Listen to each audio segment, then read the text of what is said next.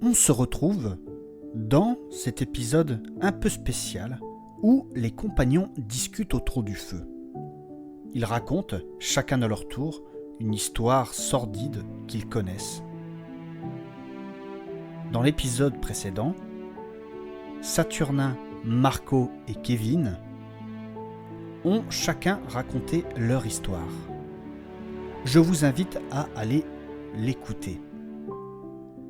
Nous nous sommes arrêtés à l'histoire de Rox, une histoire qui lui est personnellement arrivée. De quoi s'agit-il ?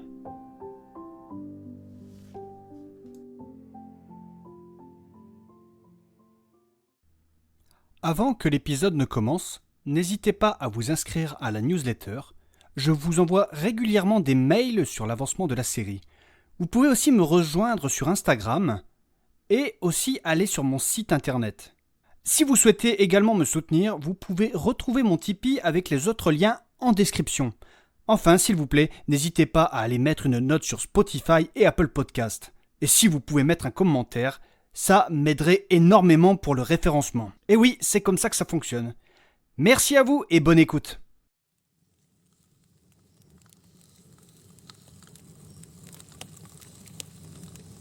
C'est une histoire, mais qui m'est personnellement arrivée. Une histoire qui ne se passe pas dans vos villes de merde. Une histoire qui vous montre que la nature peut se montrer terrible avec vous. Oh, je suis curieux. Allez-y, monsieur Rox. Ça fait maintenant une paire d'années. Il y avait un hiver froid.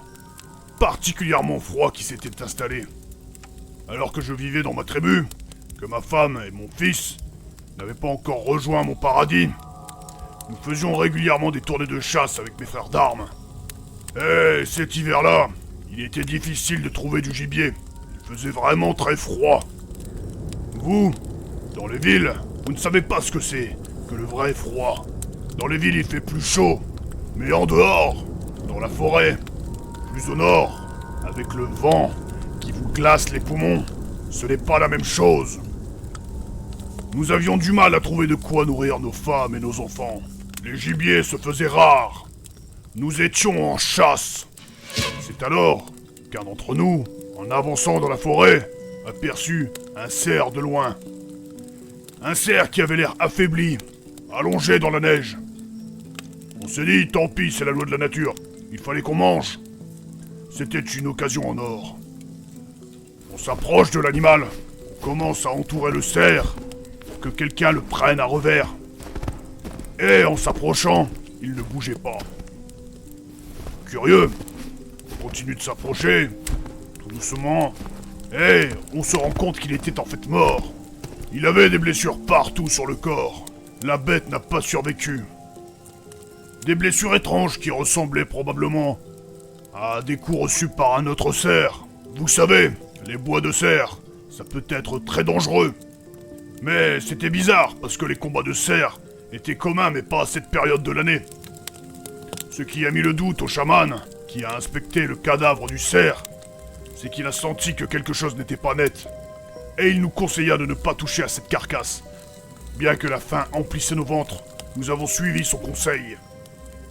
Selon lui, au vu de la taille de la blessure, c'était un autre cerf très massif qui l'avait abattu. Peut-être le fameux cerf blanc dont tout le monde parle, mais que personne n'a attrapé. Et cette piste était confirmée par des empreintes de cerf tout autour de ce cadavre. Ces traces de pas étaient immenses. Cela faisait vraiment penser au cerf blanc. C'est quoi ça, le cerf blanc ? Le cerf blanc est un animal rare, très rare, peu long aperçu. Il est quasiment légendaire. Mais il existe. Ce cerf est beaucoup plus massif que les autres de son espèce. Alors sur le coup, on s'est dit qu'il ferait un beau trophée et qu'avec cet animal, on aurait pu nourrir notre tribu quelque temps. Il fallait le traquer. Du coup, on avança tranquillement en suivant ces empreintes très massives. Beaucoup trop massives d'ailleurs. C'est ce qui aurait dû nous mettre la puce à l'oreille. Et pourquoi ? Ne me coupe pas et attends la suite. Bref, on avançait tranquillement. Le chaman sentait que cela était étrange et nous disait bien de rester sur nos gardes. Il expliquait sur le chemin que les combats de cerfs sont rares à cette période et qu'en plus, ils subissent rarement de blessures mortelles. Moi, ainsi que mes frères d'armes, étaient galvanisés par un combat dantesque. Et c'est alors que les traces de pas nous mènent vers un buisson. On s'approche avec précaution. Mais derrière ce buisson, les traces de pas avaient disparu. « Qu'est-ce que c'est que ce bordel ?» dit le chef de groupe. « Les animaux n'effacent pas leurs pas !» Le chaman nous dit que nous devrions renoncer à cette traque, qui lui semble bien trop étrange. Trop de choses ne sont pas logiques. Mais dans notre culture, le renoncement n'est pas pour nous. Il est moqué, et donc la traque continue. Le groupe réfléchit par où aller, que faire, pour pouvoir retrouver le cerf blanc, surtout que la nuit ne va pas tarder à tomber. Le froid de jour est déjà assez rude, celui de la nuit l'est encore plus. C'est alors que nous entendions un long brame de cerf. Encore plus galvanisé par ce que nous venons d'entendre, une partie d'entre nous sont partis en courant en direction du brame, dispersant le groupe. D'autres brames se font entendre. Mais au bout de quelques minutes, personne ne trouve ce cerf blanc. En se regroupant, on se demande si quelqu'un a vu l'animal. Mais rien. Toutefois, un frère d'armes manquait à l'appel.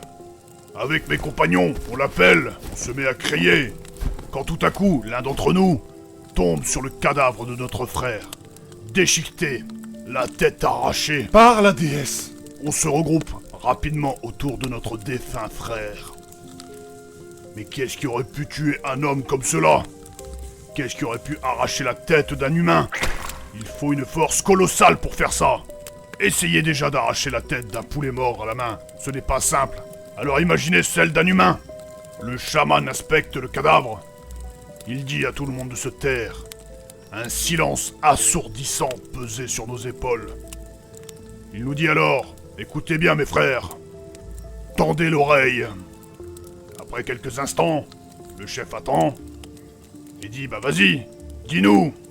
Le chaman dit non, écoutez. Vous avez remarqué, il n'y a pas de bruit d'oiseau, rien.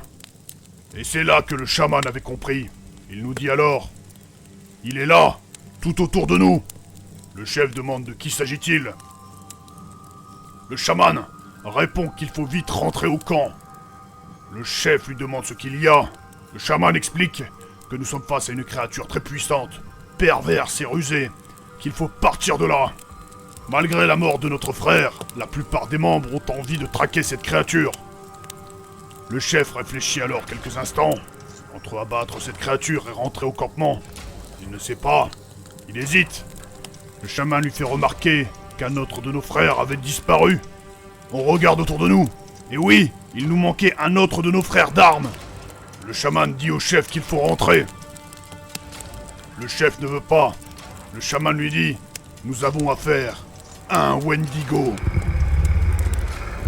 C'est alors que le regard du chef change, un mélange entre la peur et le défi. Par la déesse. Un Wendigo?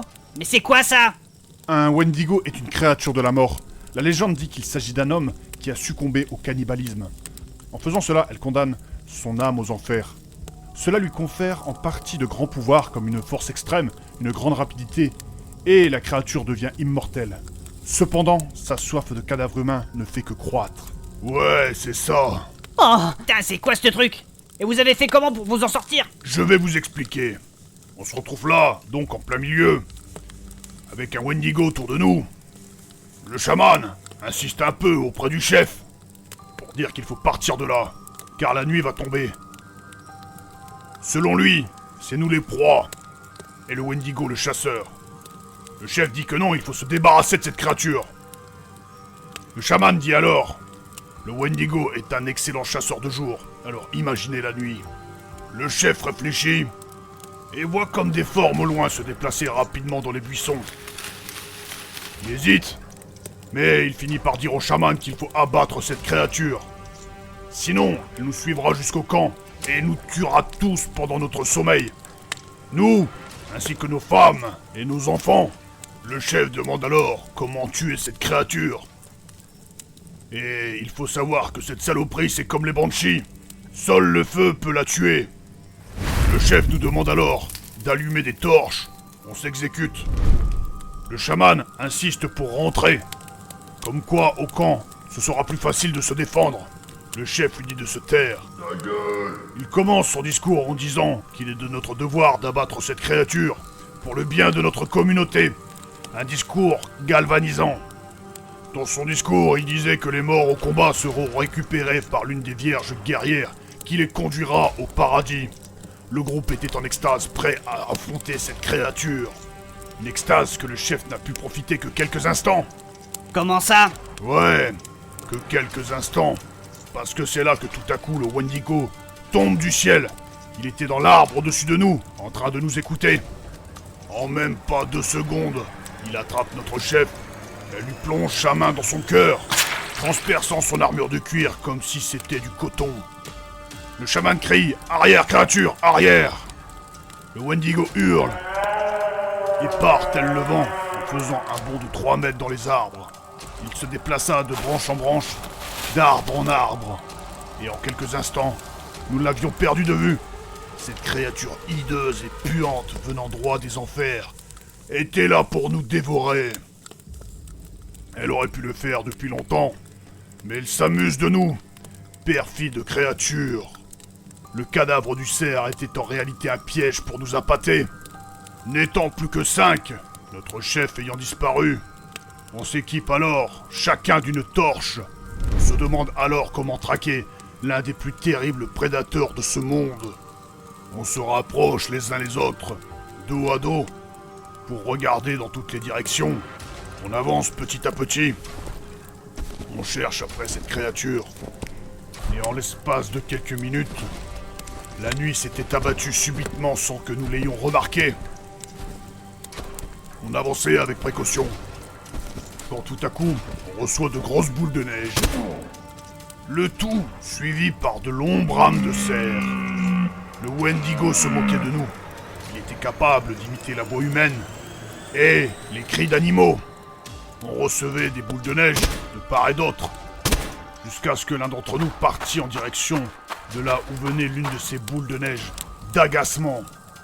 Le chaman cria alors « Reviens tout de suite, abruti !» Notre frère a disparu derrière les buissons, et cela s'enchaîna par un cri, suivi d'un craquement morbide. Le chaman dit « Restez proches les uns des autres, bordel de merde !» Pendant de longues minutes, on continuait de progresser. On n'entendait plus rien. Nous étions tous très proches les uns des autres. On tenait à nos torches comme si nous nous accrochions à la vie. Je ne voulais pas mourir par cette créature. Je pensais à ma femme et mon fils. Il était hors de question que le Wendigo s'en prenne à eux. On avançait. C'est alors qu'à un moment donné, une grosse motte de neige nous tomba dessus, éteignant une partie de nos torches au passage. Le groupe commence alors à paniquer et se divisa. Le Wendigo tomba alors du ciel à son tour et commence à nous attaquer, attrapant un de mes frères par le haut du crâne et le levant à 1 mètre de haut. Le chaman se mit à crier « Brûlez-le, brûlez-le !» Puis, le Wendigo arracha la tête du reste du corps. N'ayant plus que 2 torches allumées, la mienne ainsi que celle du chaman, le Wendigo profite de cela pour abattre en vitesse mes 2 autres frères d'armes, tandis que le chaman et moi-même essayons de le toucher avec nos torches pour le faire cramer, mais il était trop rapide. C'est alors qu'il se jeta sur moi pour me tuer, et je ne sais pas comment j'ai fait. Un réflexe, j'ai su lui mettre une grosse patate dans sa gueule. Je suis naturellement plus massif que mes compagnons. Surpris, il décide de se rejeter sur moi et me planta sa main dans ma jambe. J'ai hurlé de douleur. Je n'ai jamais eu aussi mal. Mais la douleur n'étant qu'une simple information, je me suis vite repris. Je regarde autour de moi. Et là, je vois que le chaman était au sol, en train de se vider de son sang. J'étais donc seul face à cette créature des enfers. J'essaye donc de résister tant bien que mal. J'arrive quand même à lui en remettre une à ce connard. Mais cet enculé de Wendigo n'a pas l'air très sensible à ça. Il m'attrape alors le crâne, plantant ses griffes dans ma tête. J'ai encore une de ces cicatrices là, vous pouvez le voir. Ah ouais, tiens, c'est vrai. Par la déesse. C'est de là que ça vient? Ouais, Et en m'attrapant par le crâne, je savais ce qu'il voulait faire de moi. Et sans réfléchir, ni une ni deux, j'en profite pour lui enfoncer ma torche dans le gosier. En prenant feu immédiatement, je le vois me lâcher. Je tombe au sol. Je me relève, puis je me recule. Ces hurlements résonnaient dans toute la forêt. Ces cris me glaçaient le sang. Après quelques secondes de hurlements, il s'est effondré au sol. Le Wendigo était mort. Je me relève en boitant. Je vois que tous mes frères d'armes étaient morts. Bien triste soir pour la tribu. Mais ils ne sont pas morts en vain. Ils sont morts en héros, face à une créature des enfers. Les vierges guerrières ne tarderont pas à venir les chercher. Je me devais de partir en vitesse, avant qu'elles ne viennent et qu'elles me prennent avec elles et me considèrent comme un parvenu. Je suis donc rentré chez moi en boitant. Mais heureux d'avoir abattu cette créature. Putain, c'est une sacrée histoire quand même. Mais pour la jambe, vous avez dû souffrir, non? Ouais, et j'ai toujours une cicatrice. Regardez. Et vous n'avez pas de séquelles? Non, j'ai eu de la chance pour ça. Quelle créature immonde! Regardez. Elle est là. Oh putain, mais t'as dû souffrir. Ouais. Et sentir ses griffes dans ma chair. C'est une sensation particulière. Mais ça forge l'esprit. Ouais, je veux bien te croire. Et c'était quand ça?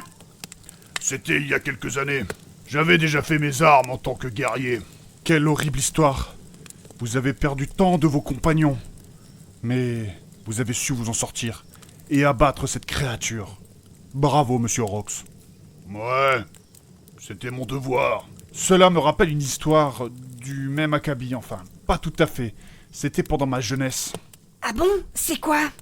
Bon, j'espère que ça fait pas trop peur là parce que... Mais non, ne vous inquiétez pas. C'était quand je faisais également mes armes en tant que jeune prêtre. Oh, ça va encore être dégueulasse. Mais monsieur Rox, s'il vous plaît, je suis sérieux. J'ai écouté votre histoire. Alors, écoutez la mienne, s'il vous plaît. Ouais. Bah vas-y, je t'en prie. C'est également une histoire à vous faire froid dans le dos. Mais pas comme vous le pensez. Une histoire de givré. Kevin, ne commence pas, ne le coupe pas. Oui, s'il vous plaît. Alors, c'est quoi cette histoire? Je ne sais pas si je devrais vous la raconter. Bah, allez-y Nathanaël, on n'est plus à ça près. C'est une histoire vraiment sordide. Vous en êtes sûr? Oui, allez. Mais oui, le grand dadé. Nous aussi, on veut savoir. Bon, d'accord. Super. Eh bien, vous êtes prêts? Ouais, allez. Alors que j'étais un jeune prêtre en formation, mon mentor m'emmenait régulièrement avec lui sur le terrain pour m'apprendre le métier.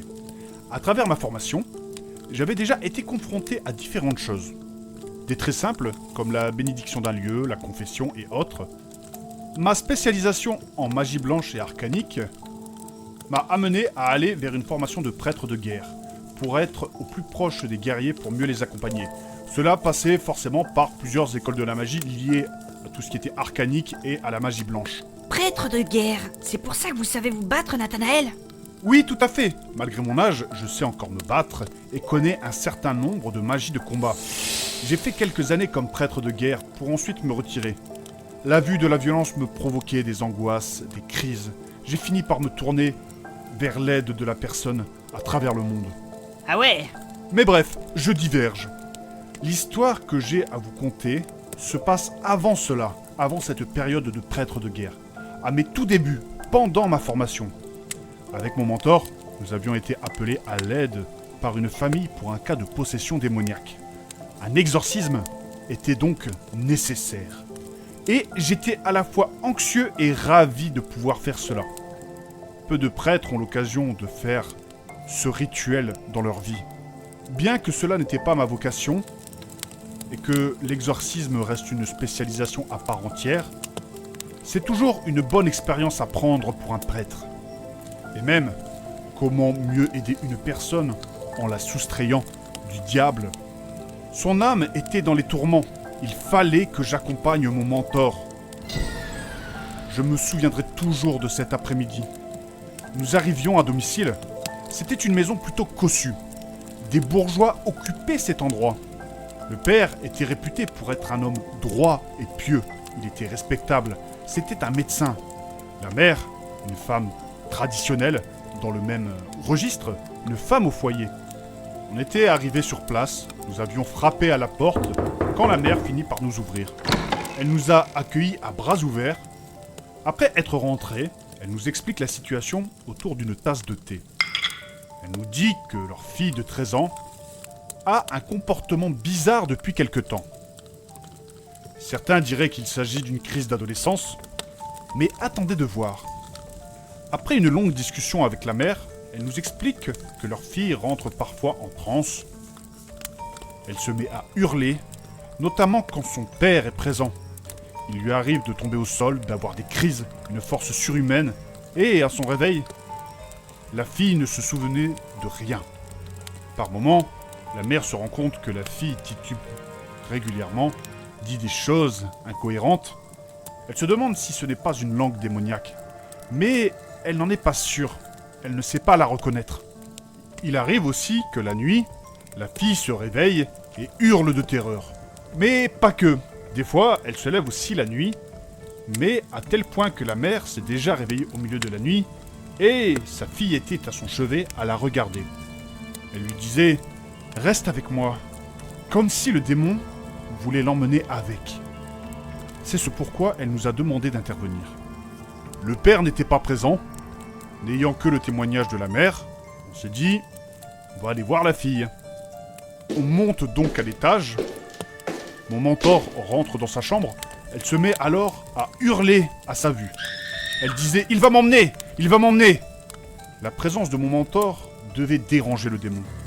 De là, je propose à mon mentor d'aller voir la fille seule. Et de l'interroger. Je ne sais pas pourquoi, du moins pour le moment, avec moi ça passait. Du coup, je la mets à l'aise, je commence à discuter avec elle, seul à seul, tranquillement. Mon mentor était dans la pièce d'à côté, à écouter et prêt à intervenir au besoin. J'amène les éléments que sa mère m'avait racontés petit à petit. Je lui demande si elle s'en souvient. Elle me dit que non, c'est flou. C'est très flou dans sa tête. Je ne savais pas trop quoi penser. L'exorcisme, pour moi, c'est du nouveau. Et cette pauvre fille avait l'air d'en être atteinte. Je finis par lui demander si mon mentor peut nous rejoindre. Je ne connaissais pas trop la procédure d'exorcisme, alors forcément... La fille me dit que non, elle ne veut pas. Je lui demande alors pourquoi ? Pourquoi ne veux-tu pas qu'il vienne avec nous ? Elle se rapproche tout doucement de moi et me susurre à l'oreille que il lui ressemble. Moi je lui demande à qui mon mentor ressemble-t-il ? Elle me répond au diable en personne. Je lui réponds que le diable n'est pas ici. Cet homme est quelqu'un de saint, de réputé. Elle dit que oui, elle le sait. Ce n'est pas contre le mentor personnellement, mais il ressemble au diable. Il la met mal à l'aise. Et là, je ne comprends pas trop. Je me dis dans ma tête, en quoi un démon aurait-il peur du diable ? Et me vint alors une idée. Je lui demande, mais dis-moi ma fille, à quoi ressemble le diable ? L'as-tu déjà vu ? Elle me dit, le diable peut prendre diverses formes. Il peut être proche de vous, bien plus proche que vous ne pouvez l'imaginer.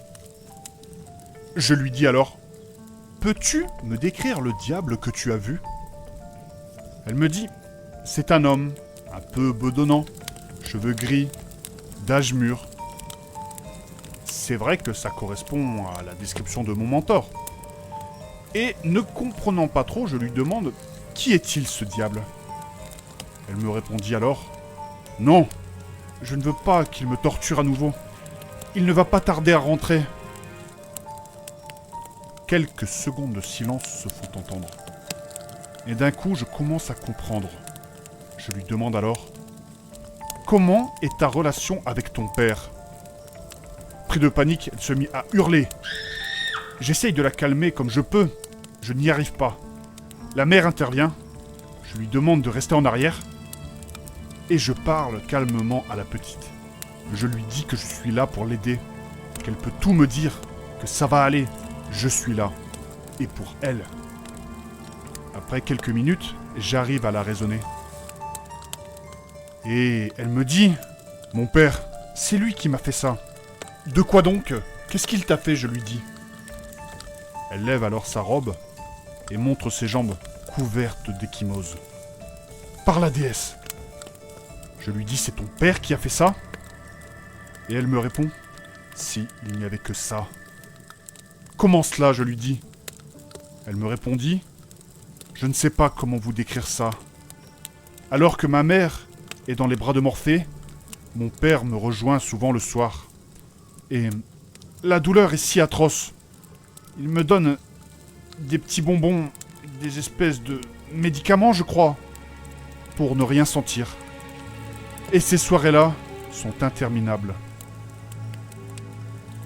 Et c'est là que nous avions compris que nous n'avons pas affaire à un cas de possession démoniaque, mais à un cas plus sordide que ça. Un cas d'un père abusant de sa fille. Cet homme la droguait régulièrement pour qu'elle ne sente rien, et ces drogues avaient pour effet de modifier son comportement. Sa mère crut à une possession démoniaque, mais en réalité, c'était son seul moyen d'expression, juste des crises d'angoisse, qui pouvaient prendre la forme d'épilepsie et de somnambulisme sévère. Oh, déesse. Quelle histoire horrible. Ouais, et comment elle se finit? Nous avons mis la fille en sécurité et prévenu les autorités. Le père a été arrêté, même si ça a été un peu compliqué, vous savez, c'était un homme réputé. Après enquête, il s'avère qu'il abusait bel et bien de sa fille. Oh, le salaud. Et quelle est-elle devenue? Je n'en sais rien. Elle est restée avec sa mère. Je n'ai plus eu de nouvelles après ça, ça date d'il y a très longtemps. C'est triste. Cela fait partie de la vie. Mais ça ne devrait pas exister. Cette histoire m'a marqué à vie. Ouais, je te comprends. Oui, nous avons tous tendance à voir des choses surnaturelles et magiques, un peu partout. Moi le premier. Alors que par moments, il s'agit juste du comportement humain normal. C'est drôle d'entendre ça de ta bouche. Je sais. Comme j'ai dit, j'ai moi-même tendance à voir beaucoup de signes divins et autres un peu partout. Mais il est nécessaire que je garde les pieds sur terre par moments. Eh bah, pour une fois, je suis totalement d'accord avec toi. Merci, monsieur Kevin. Ah, et abuser de sa fille quand même, c'est particulier. Ouais, il n'y aurait pas de ça chez nous. Malheureusement, cela existe partout. Pas chez nous. Les enfants, c'est sacré. C'est eux les futurs guerriers de notre tribu. Et on peut mesurer la santé d'une société à sa façon dont elle s'occupe des enfants. Ouais, c'est pas faux. Ouais. Bref, il commence à se faire tard. On devrait peut-être aller se coucher, non? Attendez. Quoi? Vous avez tous raconté une histoire, mais pas moi. Ouais, mais je ne sais pas si ce sera nécessaire. Déjà là, tout ça, ça m'a foutu les chocottes. En plus, on est dans la forêt, il y aura peut-être un Wendigo, je sais pas quoi là, peut-être un épouvantail de ces morts là qui va venir nous agresser. Et puis avec le bruit des bébêtes et tout ça là. Oh, flippette. Ouais, c'est vrai que ça fait peur tout ça, mais justement, c'est ça qui est drôle. Ouais, carrément. Vas-y, Mélusine, raconte-nous ton histoire. Attendez, là, j'en ai pas comme ça, là. Quoi? Bah voilà, on peut aller dans le mille comme ça. Non, mais attendez, 2 secondes. T'en as une ou pas? Attendez, si, je crois que j'en ai une. Ah? Ouais, si, c'est bon. J'en ai une. T'es sûr, hein? Oui, c'est pendant mon séjour chez les nains. Et maintenant que j'y repense, j'ai eu des sueurs froides ce jour-là. Oui, c'est vrai, vous avez fait un séjour chez les nains. Oui, et c'est là que j'ai appris beaucoup de choses sur la forge et la mécanique, et surtout ma capacité à utiliser le mithril de manière technologique, de manière industrielle. Oui, en effet, vous en parlez régulièrement, mais le reste du séjour, vous en parlez peu. Bah en fait, ce n'était pas tous les jours facile. Nous, les humains, nous ne sommes pas très bien vus là-bas, surtout depuis que la technologie a été volée. En plus, étant une femme, c'était par moments compliqué. Ça va que mon maître Crumdus n'était pas comme eux. Ah ouais? Oui, et puis là-bas, je passais mes journées à bosser. En même temps, je savais dans quoi je m'engageais. Ça m'a permis d'être à la pointe de la forge. Mais ce n'était pas tous les jours facile. C'était debout à 6h tous les matins. Il fallait être prêt pour 7h. Et ensuite, on était parti jusqu'à 19h le soir. Ce n'était pas une sinécure. En plus, on ne voyait pas beaucoup la lumière du soleil sous terre. Bien que je sois rousse, ça finissait par me manquer. Surtout nous, les humains. Nous ne sommes pas faits pour vivre sous terre. Les nains étaient plus adaptés à ça. Ah oui, c'était un régime de travail très soutenu. Oui, exactement. 19h au soir, c'était fini. Et c'était une période en plus où il y avait un couvre-feu. Il n'y en avait pas toujours eu, mais là, il y en avait un. À 19h, on entendait la corne, et tout le monde devait quitter son poste puis rentrer chez lui. Et pourquoi il y avait un couvre-feu? Bah justement, il arrivait que de temps en temps, des nains ne rentraient pas chez eux et disparaissaient. On ne les a jamais retrouvés. Ça n'a pas toujours été comme ça. Les nains sont naturellement festifs. Ils creusent le jour, ils boivent la nuit, et n'aiment pas ceux de la surface. Ouais, c'est vrai. Mais pendant une bonne partie de mon séjour, ce couvre-feu était présent. Des nains disparaissaient, mais on ne savait pas pourquoi. La couronne naine était muette sur ce sujet. Elle n'en parlait pas, comme si rien ne se passait. Des rumeurs circulaient, des enlèvements par des orques pour la revente d'esclaves, un psychopathe en liberté, un scientifique fou faisait des expériences, mais non, on ne savait pas. Et donc, une nuit, bien que fatigué, je n'arrivais pas à dormir. Encore un nain avait disparu la nuit d'avant. Et là, ça me travaillait l'esprit. Que sont devenus tous ces nains? Et même si mon maître Crumdus venait à disparaître, et si ça m'arrivait à moi? Après tout, ce sort n'était peut-être pas que réservé aux nains. Et donc, ça me travaillait l'esprit, je n'arrivais pas à dormir. Je me retournais dans mon lit, tout ça. Et au beau milieu de la nuit, c'est là que j'ai entendu marcher derrière ma porte. Ni une ni deux, je prends mon marteau. Bien que paniqué, je garde mon sang-froid. Je me prépare à démolir le premier qui cherche à rentrer. Vous savez, cette histoire, ça nous mettait tous sur les nerfs. J'entendais marcher, mais au bout de quelques instants, rien. Puis, j'entends les pas s'éloigner. Je me dis que c'était peut-être une patrouille de garde. Et quelques secondes de réflexion après, je me dis qu'en fait non. C'était les pas que d'une personne. Ce n'était pas possible que ce soit des gardes. Et là, je me dis que c'est peut-être le psychopathe dont tout le monde parle. Je me dois d'intervenir. Ah bon? Mais t'es folle, toi! Y a un psychopathe en liberté et toi, tu vas le voir! Bah, ça m'étonne pas, hein, c'est Mélusine, hein. Bah oui, Ouais, et c'est ça qui est bon. Oui, mais ce n'est pas très prudent. Non, carrément pas. Oui, bah c'est bon, hein. Du coup, je sais que ce n'est pas très prudent de ma part. Mais j'ai toujours été comme ça. Alors ce que j'ai fait du coup, c'est que je me suis préparé, j'ai enfilé vite fait mes chaussures, et j'ai ouvert discrètement la porte. Donc j'avance dans les couloirs, tout doucement, j'entends toujours des bruits de pas, je les suis, équipé de mon marteau, prêt à défoncer le premier qui m'agresse. Je progresse petit à petit, et je vois un nain. Je le suis, et après quelques minutes de filature, je me rends compte que le nain en question, eh bien je le connais. C'est Grudus, un ami. Alors forcément je l'appelle. Ouais. Oui, je sais, c'est pas très prudent. Donc, en gros, je l'appelle, discrètement, c'est le couvre-feu. Il ne me répond pas. J'insiste, il ne me répond toujours pas, et avance inexorablement vers le fond du couloir. Je m'approche à sa hauteur, je lui parle. Il ne me répond pas. Alors là, je le secoue un petit peu. Et d'un coup, on a l'impression qu'il revient à lui, et il me dit « Eh, mais ça va pas !» Je lui demande ce qu'il fait ici. Il me dit « Bah, on est où là ?» Mais j'en sais rien, qu'est-ce que je fais ici? Mais qu'est-ce qui s'est passé? Surpris, je lui dis que je l'ai entendu marcher et qu'on est au beau milieu de la nuit et que donc je suis venu voir. Il ne comprend pas. Il me dit qu'il se souvient de s'être allongé dans son lit et puis après plus rien. Il assure aussi de ne pas faire de crise de somnambulisme. Je lui dis de retourner de se coucher. Parce que là quand même c'est le couvre-feu et qu'on va se faire gauler. Il dit ouais c'est préférable. Donc on retourne ensemble vers nos chambres. Quand tout à coup, on a entendu une espèce de sifflement envoûtant au loin. Mon ami Grudus fait alors demi-tour et se dirige vers le sifflement. Je lui demande ce qu'il fait, il ne répond pas.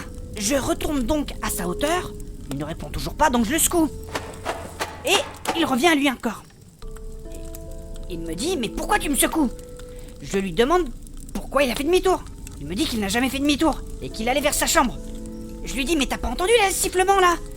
Là il se dit « Bah non. » Je me dis que je vais le raccompagner à sa chambre et puis c'est tout. Donc on avance tout doucement vers sa chambre. Entre deux, le sifflement recommença plusieurs fois et à chaque fois la même chose. Je devais le secouer pour qu'il revienne à lui. C'est arrivé, je sais plus, 2-3 fois je crois. Donc on arrive à sa chambre, il rentre à l'intérieur et referme la porte. Mais je me dis c'est quand même bizarre ce sifflement, il faut que j'aille voir. Grudus avait l'air comme envoûté à son écoute. Je refais donc le trajet vers cette mélodie. Alors, juste un petit aparté, les tunnels de nains sont longs.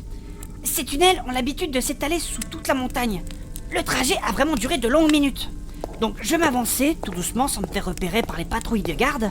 D'ailleurs c'était étrange, cela faisait un moment que je me baladais dans ces mines et je n'avais pas observé un seul régiment de garde. Et en même temps, j'entendais régulièrement ce sifflement. Un sifflement quand même qui était bizarre, il était mélodieux mais je ne sais pas comment dire. Mais bref, je continuais à avancer, ça faisait un moment que j'étais levé quand même. Mais je m'approchais de plus en plus de cette mélodie. Elle ne me faisait rien. Bien qu'elle soit belle, je n'étais pas affecté comme Grudus. À mesure que je me rapprochais, j'étais quand même sur mes gardes. Cette mélodie était de plus en plus forte. Et sans que je ne m'en rende compte, je m'étais engagé dans un tunnel plus étroit, qui semblait désaffecté. Le sol était sale. J'avançais petit à petit. L'endroit était étrange. La mélodie teintait de plus en plus fort. Quand tout à coup, je tombe sur un crâne de squelette nain au sol. Oh le bordel! Et là, quand même, je me suis dit que ça commence à craindre. Je regarde tout autour de moi, c'était poisseux. Mais j'étais toujours intrigué par cette mélodie. La curiosité dépassait ma peur. Donc j'avançais. Et là, je suis tombé sur des espèces de momies naines. Quelle fut ma stupeur quand j'ai découvert ça. Et ce fut plus fort que moi. J'ai dit, qu'est-ce que c'est que ça? Après quelques secondes, une phrase sortit de l'obscurité. C'est mon office. Charmant, non? Et là, je vois apparaître une femme au corps d'araignée. C'était une arachnée. Mon visage se décomposa rapidement. Je lui dis, mais ces nains disparus, c'était toi? La femme me dit, il faut bien se nourrir, non? Et ce que j'avais vu juste avant, c'était pas des momies naines en fait, mais des cocons. Et là, elle me dit, n'ayant pas mieux ce soir, n'ayant pas pu attraper de nains, je vais me rabattre sur toi. Cela faisait longtemps que je n'avais pas mangé une humaine. Mon sang se glaça. C'est alors qu'elle se rapprocha de moi rapidement. J'essaie de m'enfuir. J'ai pris mes jambes à mon cou, mais ces 8 longues pattes me rattrapent rapidement. Pris au piège, j'engagea le combat. Heureusement que j'avais mon marteau. J'arrive à lui asséner quelques coups, tout en esquivant les siens. N'oubliez pas que j'ai fait un peu de boxe et ça aide. Le combat m'a semblé interminable, mais en réalité, il a duré, peut-être 2 minutes maximum. Et au bout d'un moment, j'arrive à lui planter mon marteau entre les 2 yeux. Et elle s'est effondrée d'un coup. Heureuse d'avoir survécu, la joie fut de courte durée quand j'ai remarqué que j'avais une douleur au ventre qui me faisait souffrir. Elle avait planté son dard. Alors là, j'ai essayé de rentrer rapidement, mais au bout de quelques secondes, je sais plus trop, je me suis effondré au sol. C'est de là ta cicatrice? Ouais. Je croyais que c'était l'appendicite. Non. Comment tu sais qu'elle a une cicatrice là, toi? Non, rien du tout, en fait, elle m'en a juste parlé comme ça une fois. Oui, voilà. Et donc, je me suis effondré au sol, et le lendemain, je me suis réveillé dans un lit. J'ai été secouru par des nains. Le bruit du combat avait alerté les nains qui étaient aux alentours. Ils sont intervenus de justesse. À quelques minutes près, je ne serais pas là à vous raconter cette histoire. Et après cela, les nains m'ont félicité de leur avoir débarrassé de ce monstre. Il faut savoir que seuls les humains n'étaient pas sensibles à cette mélodie. Cependant, cette gloire fut de courte durée, parce que par la suite j'ai été renvoyé pour avoir enfreint le couvre-feu. Ah d'accord. Sympa les nains. Ouais, tu leur rends service et ils te foutent dehors. C'est les nains, ils sont comme ça. Oui, il est vrai que les nains ont beaucoup de principes. Pour avoir enfreint le couvre-feu, j'aurais pu terminer en prison. Mais ils ont été plutôt cléments avec moi, ils ont préféré me mettre dehors. Clément avec toi? Et ils te mettent dehors? Oui, je sais, mais c'est les nains. Ouais. Ouais, c'est des jaloux, c'est tout. Des jaloux. Ouais, des gros jaloux, parce que c'est toi qui as tué l'arachnée. C'était à eux de le faire. Ouais, je sais pas ça. Bref, sur ce, mes amis, Je suis pas ton ami, Gargamel. Oui, enfin... Bref, on devrait peut-être aller se coucher, il commence à se faire tard. Ouais, je suis d'accord. Ouais, c'est vrai. Mais moi, il va avoir du mal à dormir avec tout ça. Mais t'inquiète pas, tu sentiras pas quand le Wendigo il va te manger, tu dormiras. Bon, compagnons, moi je vous dis bonne nuit, et à demain matin.